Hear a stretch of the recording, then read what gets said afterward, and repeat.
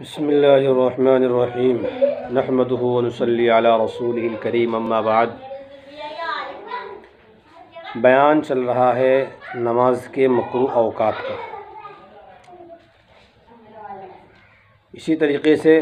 مسئلہ ہے کہ جب امام صاحب خطبے کے لیے ممبر پر تشریف لے آئیں ممبر پر تشریف لے آئیں تو اس کے بعد نماز پڑھنا مکروہ ہے، یعنی کہ جمعہ کا دن ہے یا عید کا دن ہے تو امام صاحب اپنی جگہ سے اٹھ کر ممبر پر تشریف لے آئے اور ممبر پر آ کر بیٹھ گئے، اس کے بعد کوئی بھی نماز پڑھنا مکروہ ہے، سنت ہو نفل ہو، خواہ کوئی بھی نماز آپ پڑھنا چاہتے ہوں تو نماز مکروہ ہے۔ خطبہ چاہے جمعہ کا ہو یا عیدین کا ہو، یعنی کہ جمعہ کا خطبہ ہو یا دونوں عیدوں کی نماز کا خطبہ ہو یا حج کا ہو، ہر ایک خطبے کا یہی حکم ہے کہ جب امام صاحب ممبر پر تشریف لے آئیں تو پھر اس کے بعد کوئی بھی نماز نہیں پڑھنا چاہیے، اگر پڑھیں گے تو مکروہ ہوگی اور اس طرح کرنا مکروہ ہے۔ جب نماز کی تکبیر کہی جا رہی ہو، یعنی کہ جب نماز کی تکبیر کہی جا رہی ہو اس وقت نفل اور سنت نماز پڑھنا مکروہ ہے۔ نماز کی تکبیر کہی جا رہی ہے اور کوئی شخص نفل یا سنت پڑھنا چاہتا ہے تو اس کا اس طرح کرنا مکروہ ہے۔ ہاں، اگر فجر کی سنتیں نہ پڑھی ہوں، فجر کی نماز کی سنتیں نہ پڑھی ہوں اور جماعت ہو رہی ہو، آپ مسجد میں پہنچے، اب آپ نے سنتیں نہیں پڑھی ہیں تو آپ چاہتے ہیں کہ میں فجر کی سنتیں پڑھ لوں، تو اگر آپ کو یقین ہے اور غالب گمان ہے کہ میں ایک رکعت مجھ کو مل جائے گی، ایک رکعت حاصل کر لوں گا، تو پھر آپ کو فجر کی سنتیں پڑھ لینی چاہیے۔ اور اگر اتنا گمان نہیں ہے اور اتنا وقت نہیں ہے کہ آپ دوسری رکعت میں وہ شامل ہو جائیں گے، شریک ہو جائیں گے، تو پھر سنتیں چھوڑ کر فرضوں میں شریک ہو جانا چاہیے۔ اور اگر آپ کو گمان ہے تو پھر آپ پہلے سنتیں پڑھ لیں اور پھر فجر کی فرض نماز میں شریک ہو جائیں۔ اسی طریقے سے تکبیر شروع ہونے سے پہلے جو آپ نے سنتیں شروع کر رکھی ہیں، تکبیر شروع ہونے سے پہلے آپ نے سنت مؤکدہ کوئی سنت شروع کر رکھی ہے اور تکبیر شروع ہو جائے، جماعت کھڑی ہو جائے تو اس کو آپ جو سنتیں آپ نے شروع کر رکھی ہیں تو پہلے آپ ان کو مکمل کر لیں، پورا کر لیں، اس میں کوئی حرج نہیں ہے۔ جیسے کہ آپ ظہر کے وقت کی نماز کے لیے مسجد میں پہنچے اور آپ نے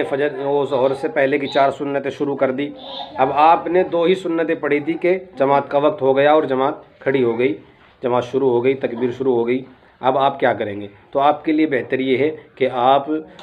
جو سنتیں آپ نے شروع کر رکھی ہیں، سنتیں مؤکدہ ہیں، تو آپ ان کو مکمل کر لیں،